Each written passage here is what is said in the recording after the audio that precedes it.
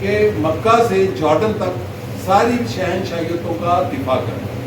جی کوئی اور دوست؟ میاں صاحب، میاں شہزاد بات کریں گے. بیٹا آپ یہ پکڑ لیا کرو، ٹھیک ہے. میاں شہزاد نہیں اب بات ہو گئی تھی، ہم چائے پہ چائے پہ ہوگی. جی میاں شہزاد. خالد صاحب سے مختصر سا سوال، کیونکہ نیو ورلڈ آرڈر جو ایک نئی شیپ میں آ رہا ہے اس کے حوالے سے میں نے ذکر کیا، تو ایک بات جو میں سنائی دی تھی آج کل کہ آفٹر ایران از پاکستان، تو کیا نیو ورلڈ آرڈر جس کا ذکر انہوں نے شاید تھوڑا سا مناسب نہیں سمجھا پوری طرح بات کرنے کے حوالے سے، کیا اس نیو ورلڈ آرڈر میں پاکستان کہاں پر اس کا مستقبل کا ہے؟ بول رہا ہوں. جی جی خالد صاحب.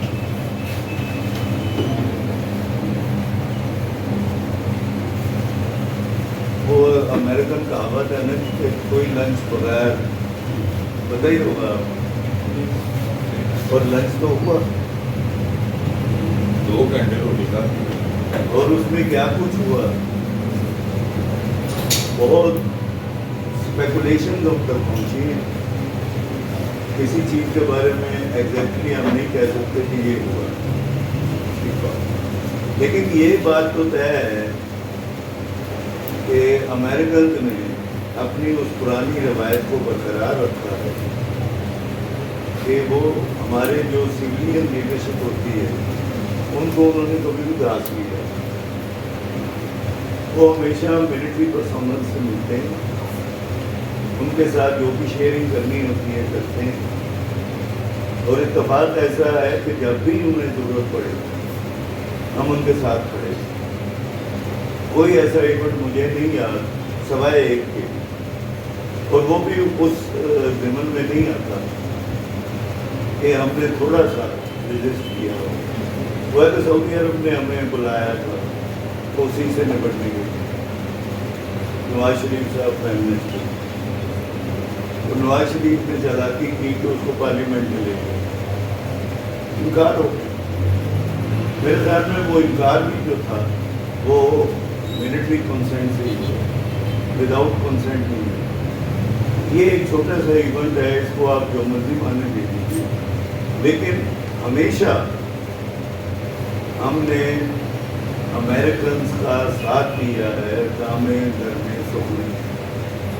لیکن بعض اوقات ایسا ضرور ہوا ہے کہ ہم نے ان کو دعوت بھی دی، کیونکہ ایک امریکن انٹرسٹ ہے جس کو ہماری ملٹری اسٹیبلشمنٹ فالو کرتی ہے. اب ملٹری کا بھی تو کوئی نہ کوئی انٹرسٹ ہے نا، تو جہاں پہ ان کا انٹرسٹ ہوتا ہے یہ تھوڑا سا ڈاؤٹ بھی کرتے ہیں، لیکن ہم ساتھ رہتے ہیں. اس لیے مجھے یہ بات اس وقت کا غیر یقینی لگتی ہے جب تک ہماری ملٹری اسٹیبلشمنٹ کا امریکن اسٹیبلشمنٹ کے ساتھ رشتہ کسی نوعیت کا رہے جیسا کہ اب ہے، تو مجھے نہیں لگتا کہ پاکستان کی بات. کوئی اور دوست؟ جی کوئی اور دوست؟ آیا صاحب جی نائلہ. ایک منٹ، آیا صاحب پہلے کر لیں. چلو میں کر لینے. نائلہ خاتون آپ ایک ہی تو خاتون کی آواز میٹنگ. السلام علیکم. نائلہ جی میں ایک کویشچن کرنا چاہتی ہوں. آواز نہیں آ رہی. میں کویشچن کرنا چاہتی ہوں، چھوٹا سا ہے کہ شوڈ بی بلیو آن ایران، کیونکہ یہ سوشل میڈیا میں وائرل نہیں ہے، پتہ نہیں اس کے پیچھے کیا وجہ ہے، لیکن عراقی جو ہیں وہ ایران نے اس کو اس طرح کیپچر کیا کہ اس کی آرمی کو اپنے ساتھ ملا لیا. اور عراقیوں کا کہنا ہے کیونکہ یہ جو جنگ کے چھینٹے ہیں یہ تقریباً ہر دوسری اسلامک کنٹری کے اوپر دے رہے ہیں، تو اس میں عراق کا ذکر بھی ضروری ہے کیونکہ اس کا بہت پاورفل کریکٹر. آپ کا سوال کیا ہے؟ سوال یہ چھوٹا سا ہے. ان کا کہنا ہے کہ ایران جو ہے یہ اس کے اوپر امریکہ اور اسرائیل کا ہاتھ ہے، جس کی وجہ سے انہوں نے ہماری آرمی کو اپنے ساتھ ملا کر ہمیں کیپچر کر رکھا ہے. اب ان کا یہ حال ہے کہ وہ لوگ ویزاز اور پاسپورٹ کے آفیسز بند ہیں، وہ اپنے ملک سے باہر نہیں جا سکتے. ان کے اسکولس کالجز جو ہیں وہ دیکھنے کے قابل ریٹنگ تباہ ہو چکی ہیں.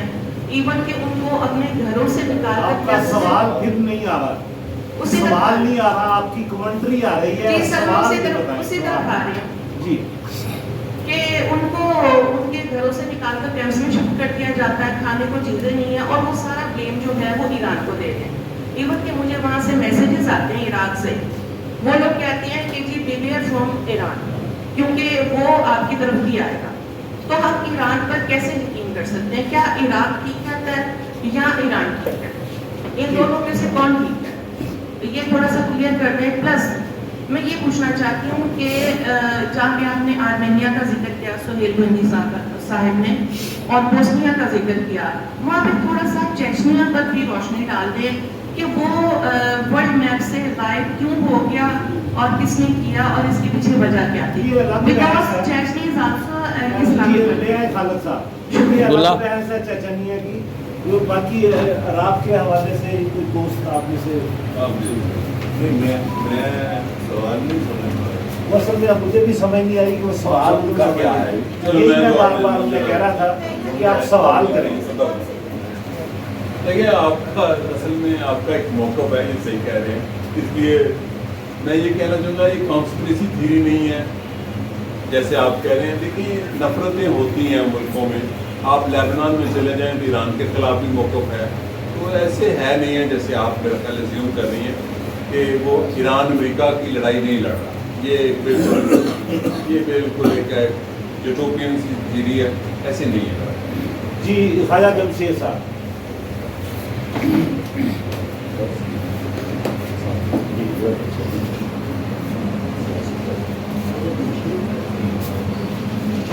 میں مودی صاحب صرف یہ آپ کا بہت غور سے سنا سارا, صرف ایک بات وضاحت کرنا دیں کہ یہاں جو لبرل اور ریشنلسٹ جو سوچ رہے تھے یا جو انہوں نے ایک طوفان مچایا ہوا تھا وہ تو ہمارے سامنے ہے, مگر ڈوبتے ہوئے بندے کا اور دریا کے کنارے پہ کھڑے بندے کے دونوں کے سینٹیمنٹ سے پیدا ہوتے ہیں. جو ایران کے اندر روشن خیال لوگ ہیں, لبرل لوگ ہیں, موجود ہیں وہاں پہ, تو ان کا نقطہ نظر ایرانی جانب پہ کیا تھا؟ لیکن میں اس کا مجھے سوال ہے. جی جی جی میں جواب دے چکا ہوں. میں تو رابطے میں تھا پہلے بھی ہوں. ایرانی عوام امریکہ کی مداخلت کے خلاف تھے اور ہیں, اور اگر آپ اس کے علاوہ مجھ سے پوچھیں تو ایرانی رجیم پاپولر نہیں ہے عوام. یہ دیکھیں بڑی فیکچوئل رجیم پاپولر نہیں ہے. مہدی کروبی بھی زیر عتاب ہیں. یہ اختلافات آیت اللہ طالقانی سے شروع ہوئے اور آج مہدی کروبی تک ہیں, اختلافات ہیں. اور پھر ایک دو آیت اللہ اور تھے جن کو کمیونسٹ آیت, جو خمینی صاحب کے برابر کے آیت اللہ تھے, آیت اللہ منتظری پوری عمریں جیل میں کاٹی. مدرسہ بھی ڈیوائڈ ہے. میں نے اپنی بات میں زیر لب ساری باتیں کر دی ہیں, لیکن وہ اس جنگ پر سارے متفق ہیں کہ ہم اس جنگ کے ذریعے روشن خیالی کا انقلاب یا رجیم چینج نہیں چاہیں گے. پاکستان کا جو لبرل ہے معذرت کے ساتھ, یہ میں نے اس کو کہا ہے کہ یہ رجز پسندی کی واشنگ مشین سے نکلا ہوا ہے. ان کا موقف پرو امریکن ہے. یہ لبرلزم کو شراب پینا سمجھتے ہیں اور اس قسم کی چیزوں, یہ فکر کے لبرلزم سے دور ہیں. یا زیادہ سے زیادہ یہ امریکہ کو, یہ ذرا میں کھل کے, چونکہ اس قسم کی بات سمجھ آئے گی, فلسفیکل بات نہیں ہے. یہ سمجھتے ہیں کہ امریکہ بم, میں نے کل بھی لکھا تھا کہ امریکن بموں کی برسات سے یہ روشن خیالی اور رجیم چینج کو دیکھ رہے تھے. ایرانی عوام نے 4 رجیم چینج اپنے ارد گرد دیکھے ہیں. لیبنان, سیریا کا, عراق کا اور لیبیا کا, 3 بڑے رجیم بہت طاقتور. اور ایرانی قوم, میں نے پہلے کہا, اربوں سے زیادہ وائز ہیں. دیکھیں عوام کا کلیکٹیو وزڈم ہوتا ہے نا. کلیکٹیو وزڈم میں تودے بھی آتی ہے, ایم کے بھی آتی ہے, نیشنلسٹ بھی آتے ہیں, مدرسہ ڈیوائیڈڈ بھی آتا ہے.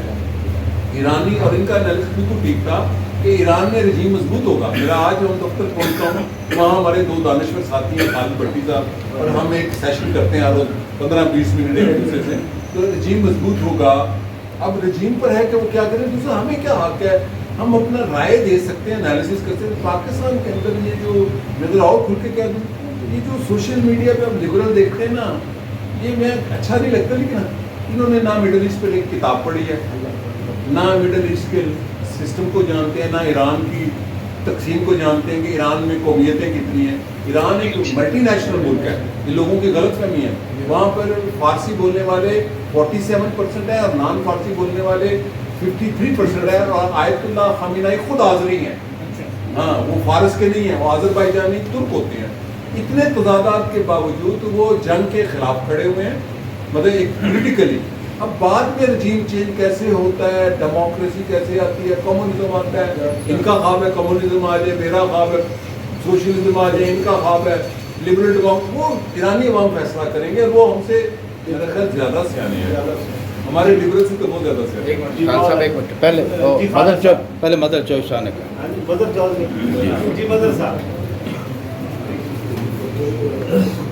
جی گووندی صاحب، آپ سے سوال ہے کہ دیکھیں اس سے پہلے جو اسرائیل جو ہے وہ ایران پہ حملے کرتا رہا ایک آدھ سال کے اندر، مطلب وہ بڑے مؤثر اور کامیاب ہوتے تھے اور ایران کا جواب بھی دے پاتا تھا، جس میں حماس کے سربراہ کو نشانہ بنایا گیا اور باقی سارا. لیکن اس وقت جو یہ ہم جنگ کہہ سکتے ہیں اس میں ایران کی جو مزاحمت ہے اس میں یہ کہا جا رہا ہے کہ اسرائیل کی جو خطے میں چودراہٹ تھی اس کو کمزور کر دیا.